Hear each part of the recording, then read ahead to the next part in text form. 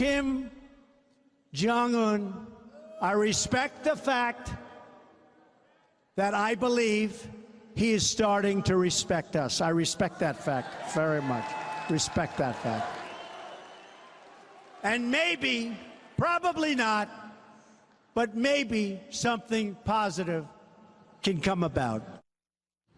Apparently not.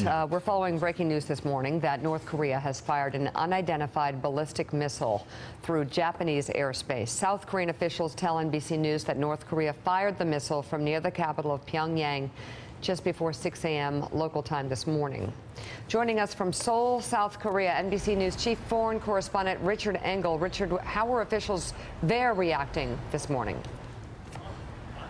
Well, here in South Korea and really across the region, there is anger in this country. There is a belief that South Korea needs to be prepared for any possibility. In fact, there is a military exercise going on right now, a joint maneuver between the South Korean military and the U.S. military. And don't forget, there are nearly 30,000 U.S. troops in this country to prepare for a possible North Korean invasion or a North Korean attack and how to repel it. So this country takes this threat very, very seriously.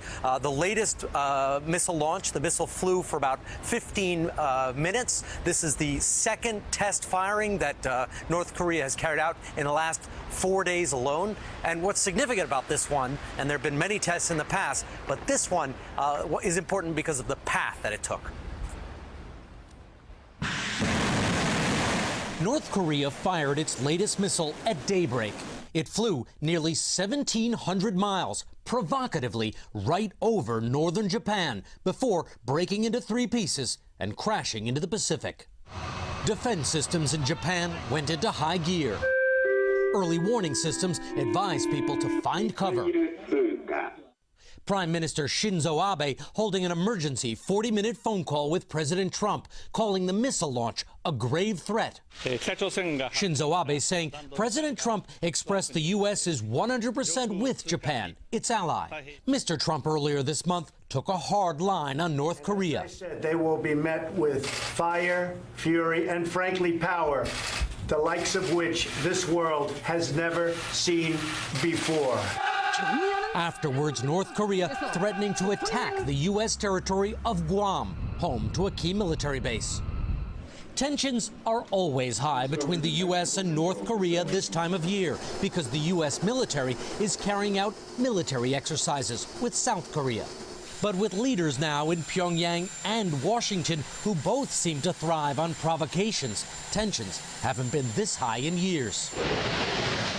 Today, South Korea responded to the North Korean missile launch by dropping bombs of its own, but only on a test base inside South Korea, where along the border today we could hear North Korean propaganda.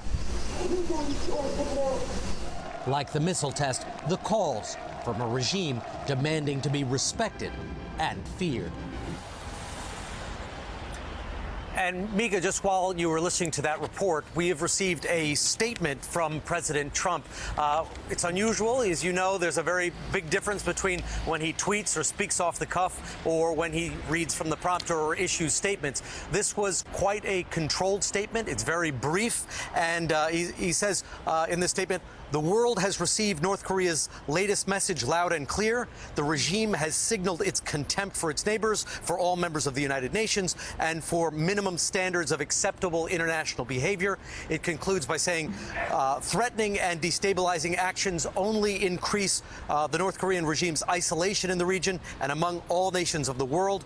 All options are on the table.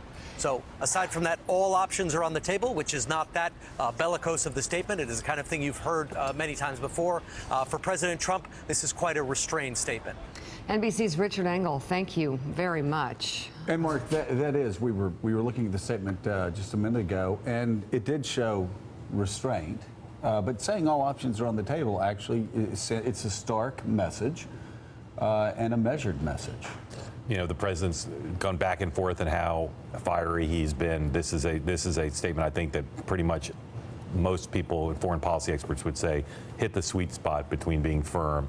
And I think one big thing in it is multilateral. He makes it clear that this is the world's problem, not the United States problem. And that's a big part of the American efforts right now to bring in not just South Korea and Japan, but the world. Rick, this is what you do. It's a good statement. It's what you want to put out there, but it's diminished by what he had said earlier, which is the fire and fury statement, where he drew a line, and the North Koreans have now crossed that line, and the world watches this. Wes, we lose no matter what we do. So what do we do? Well, I mean, the statement is a good statement. I think the problem that we still have with this situation is, as we continue to ratchet this up, we're now watching the frequency of North Korean tests that we're seeing at a pace that we have not seen before. North Korea and the words that we can use is not something that's going to intimidate North Korea at this point. And so how we respond, not just unilaterally, but how we respond as a larger global region, as a larger global force, is the only thing that they're going to understand, because frankly, the words that we're using and the type of tempo that we have for the pace of our statements are not going to have any impact whatsoever. And I think we're seeing that repeatedly now with these repeated tests. Coming up, President Trump is a big fan of his crowd sizes. Sean Spicer knows that probably better than anyone. So it stands to reason that Trump aide was pulled off working live events after the crowd that showed up at the president's Phoenix rally was small.